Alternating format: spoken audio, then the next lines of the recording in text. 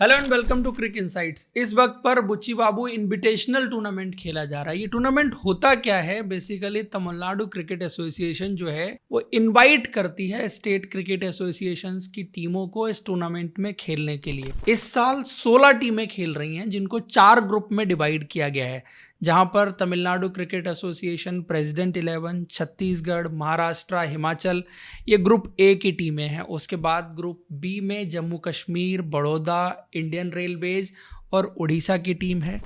TNCA 11 एक और team है जो ग्रुप सी में है, Haryana, Bengal, Mumbai. And then group D में हैदराबाद, पंजाब, MP एंड झारखंड। ऐसे करके 16 टीमें यहाँ पर पार्टिसिपेट कर रही हैं और डोमेस्टिक क्रिकेट के वो सारे प्लेयर यहाँ पर खेलते हुए दिख रहे हैं जो आपको रणजी ट्रॉफी में अपने अपने स्टेट की तरफ से खेलते हुए दिखाई देते हैं। वो प्लेयर नहीं हैं जो शायद दिलीप ट्रॉफी में आपको खेलते हुए दिखेंगे, बट कुछ प्लेयर ऐसे हैं जो यहाँ पर 2 मैचेस खेल के गए, क्योंकि 3-3 मैच हर टीम को खेलने थे यहाँ पर।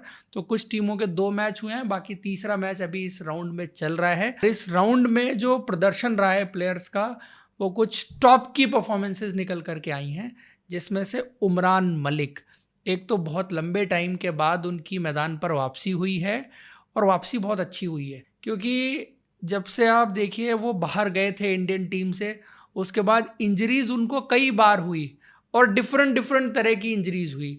फास्ट बॉलर्स को आप यूजुअली देखते हैं कि इंजरी होती ही होती है, खास करके जो एक्सप्रेस पेस वाले गेंदबाज होते हैं उनको इंजरी के चांसेस बहुत ज़्यादा रहते हैं। आप देख रहे हैं कि मयंक यादव जो है, जब से इंजर्ड हुए हैं तब से उनकी वापसी हो ही नहीं पा रही है।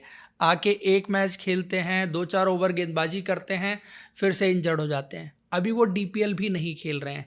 तो ये एक कंसर्न हमेशा फास्ट बॉलर्स के साथ रहता है जो एक्सप्रेस पेस पर बॉलिंग करते हैं। तो उमरान मलिक, पहली चीज़ तो उनको जम्मू एंड कश्मीर की इस टीम में सेलेक्ट किया गया, जो बहुत टाइम से सेलेक्ट नहीं किया जा रहा था।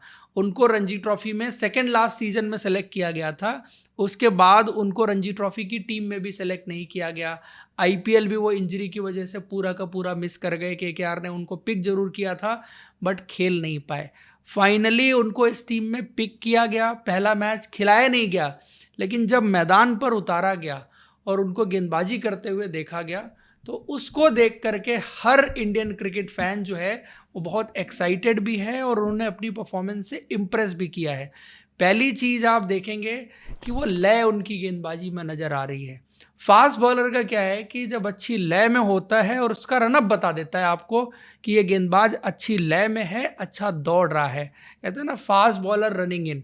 तो वो चीज़ उमरान मलिक की गेंदबाजी में कल के स्पेल में देखने को मिली और उन्होंने 2 टॉप ऑर्डर के विकेट्स निकाले, 2 प्लेयर को बोल्ड किया, एक ओपनर थे उड़ीसा के, उनको आउट किया, और शुभ्रांशु सेनापति जो उड़ीसा की कप्तानी भी कर चुके हैं, CSK का भी हिस्सा रहे, MP के लिए भी उन्होंने क्रिकेट खेली, अभी उनकी घर वापसी हो गई है कुछ दिन पहले। अच्छे खासे डिसेंट बैट्समैन हैं दोनों खिलाड़ियों को। उमरान मलिक ने जिस तरह से बोल्ड मारा और डंडे निकाले, तो उमरान मलिक जब पहले खेल रहे थे तो उनके साथ एक बड़ा चैलेंज था कि कंसिस्टेंट लाइन और लेंथ पर गेंदबाजी नहीं हो रही थी। स्पेशली उनके बारे में कहा जाता था कि अगर वो विकेट्स को एम करके गेंदबाजी करें तो ज़्यादा बेटर कर सकते हैं। आपको एक सीज़न याद होगा जब वो सनराइजर्स हैदराबाद के लिए खेल रहे थे, हमने भी इस पॉइंट पर काफ़ी बात की थी कि उमरान मलिक विकेट के इधर उधर काफ़ी ज़्यादा गेंदबाजी कर रहे हैं और बहुत एक्सपेंसिव रह रहे हैं।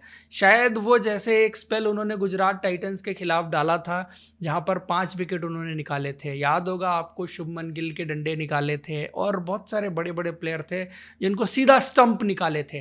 तो इस पेस पर अगर कोई गेंदबाज ऑपरेट कर रहा है और वो स्टंप्स को एम नहीं कर रहा, तो फिर कहीं ना कहीं अपनी स्पीड को वो जाया करता है, क्योंकि जब आप स्टंप्स को एम करते हैं तो खेलने पर मजबूर बहुत करते हैं बल्लेबाज को, और दूसरा जो है यू मिस आई हिट वाली कहानी होती है।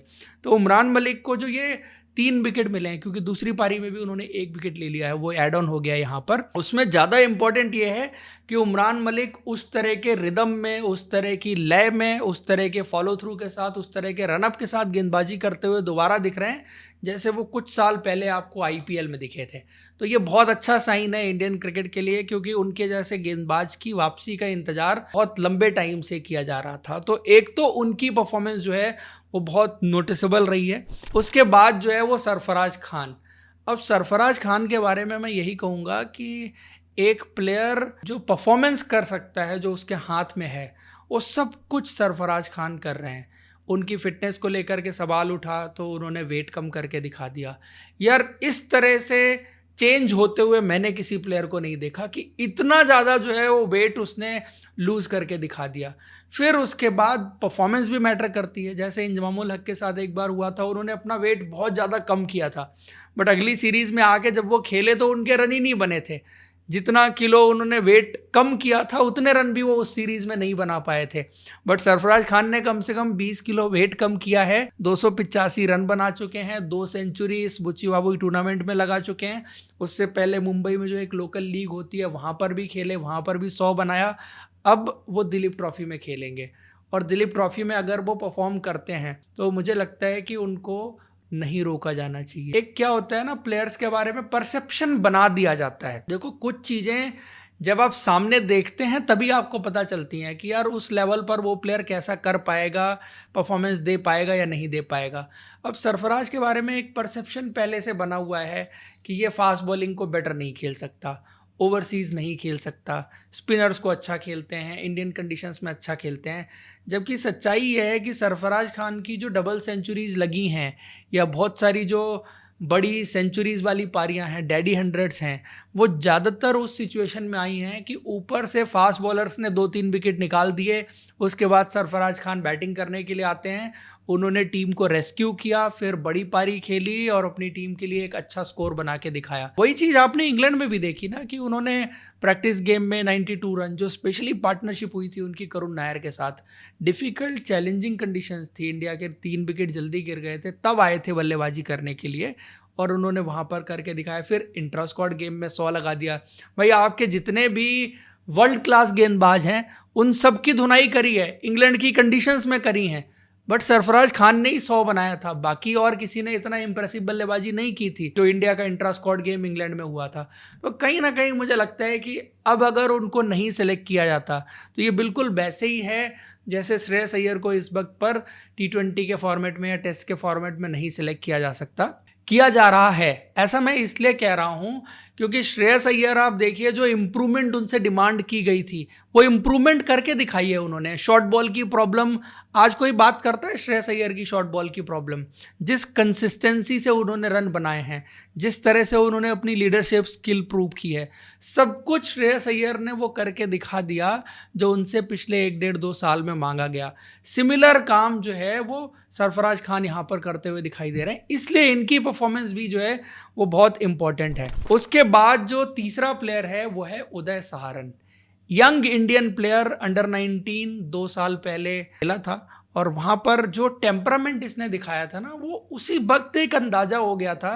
क्योंकि मैंने उस टाइम भी कहा था कि इतनी कम एज में इतना मैच्योरिटी से बैटिंग करते हुए मैंने बहुत कम प्लेयर्स को देखा है। आई थिंक सेमीफाइनल की उनकी इनिंग थी जहाँ पर उन्होंने एक मैच विनिंग पारी खेली थी। जो नंबर 5 पर बैटिंग करने के लिए आते थे वो प्लेयर महाराष्ट्र से खेलते हैं, मैं उनका नाम अभी मिस आउट कर रहा हूँ, जो पार्टनरशिप वहाँ पर बनी थी और वो मैच उन्होंने जिताया था। तो मैच्योरिटी इस प्लेयर में बहुत कमाल की है। और अब क्या होगा ना, आने वाले टाइम में आप मॉडर्न डे प्लेयर जो देखेंगे, जो वाइट बॉल क्रिकेट से लोगों को ज़्यादा अट्रैक्ट करेंगे, उस तरह के प्लेयर ही आपको ज़्यादा दिखेंगे। उदय सहारन इज समवन जो आने वाले टाइम में भी आपको प्रॉपर टेस्ट क्रिकेटर वाला टेम्परामेंट दिखाएगा कि जिस तरह से ओल्ड डेज में जो है वो टेस्ट क्रिकेट खेली जाती थी, कुछ उस तरह का टेम्परामेंट, वो सॉलिड टेक्निक, वो सिचुएशन हैंडल करना, वो सॉलिडिटी, वो सब चीज़ें इस प्लेयर के पास इसकी बल्लेबाजी में नज़र आ रही हैं। और इन्होंने 3 मैचेस की 4 पारियों में 270 रन किए हैं 135 की एवरेज से, 53 का स्ट्राइक रेट, जहां सरफराज खान का स्ट्राइक रेट जो है वो 109 का है, उदय सहारन का स्ट्राइक रेट 53 का है, जबकि उस जगह पर रन काफ़ी तेज़ी से बन रहे हैं। तो स्ट्राइक रेट हमेशा एक सवाल उठता है कि कितना है कितना नहीं है। पुजारा को तो उनके स्ट्राइक रेट के लिए भी काफ़ी क्रिटिसाइज़ किया गया था, बट आई बिलीव कि जिस टेम्परामेंट के साथ ये बल्लेबाजी कर रहे हैं वो भी क्रिकेट में अगले 20 साल बाद, 50 साल बाद भी क्रिकेट की डिमांड रहेगी कि आपके पास वो टेस्ट क्रिकेट का टेम्परामेंट चाहिए।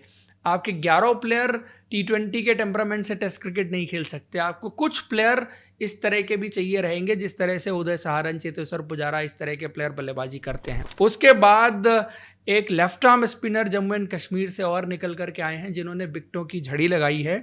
3 मैचेस के अंदर 24 विकेट लिए हैं। वंशज शर्मा, मात्र 22 साल का ये प्लेयर है और बहुत ज़बरदस्त इन्होंने गेंदबाजी की है।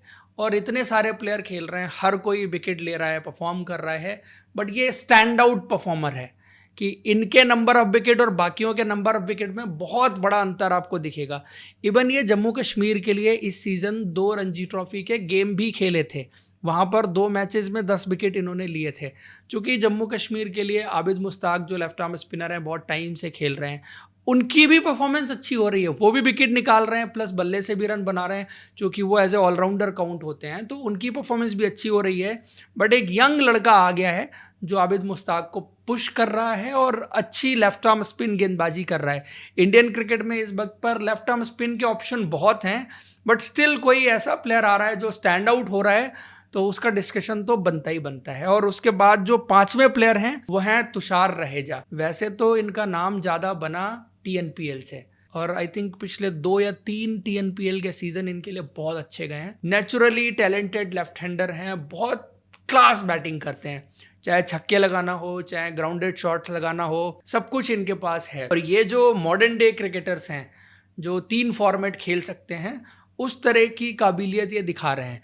T20 क्रिकेट में इन्होंने अच्छा किया। अभी तक वाइट बॉल क्रिकेट में उतना कंसीडर नहीं किया जाता था, इनको तमिलनाडु की टीम में भी सेलेक्ट नहीं किया गया, लेकिन इस बार जो बुची बाबू की इनकी परफॉर्मेंस रही है, अभी तक ये हाईएस्ट रन गेटर थे। अब तन्मय अग्रवाल ने इनसे थोड़े से ज़्यादा रन बना दिए हैं, अदरवाइज 3 मैचेस में इन्होंने 303 रन बनाए हैं, 60 की एवरेज है, 1 सेंचुरी और 1 50 इनके बल्ले से निकला है। तो ये कुछ वो नोटिसेबल परफॉर्मेंसेज हैं जो बुच्ची बाबू में देखने को मिली हैं। बाकी जितने भी टॉप प्लेयर हैं वो ज़्यादातर जो है वो खेल रहे थे।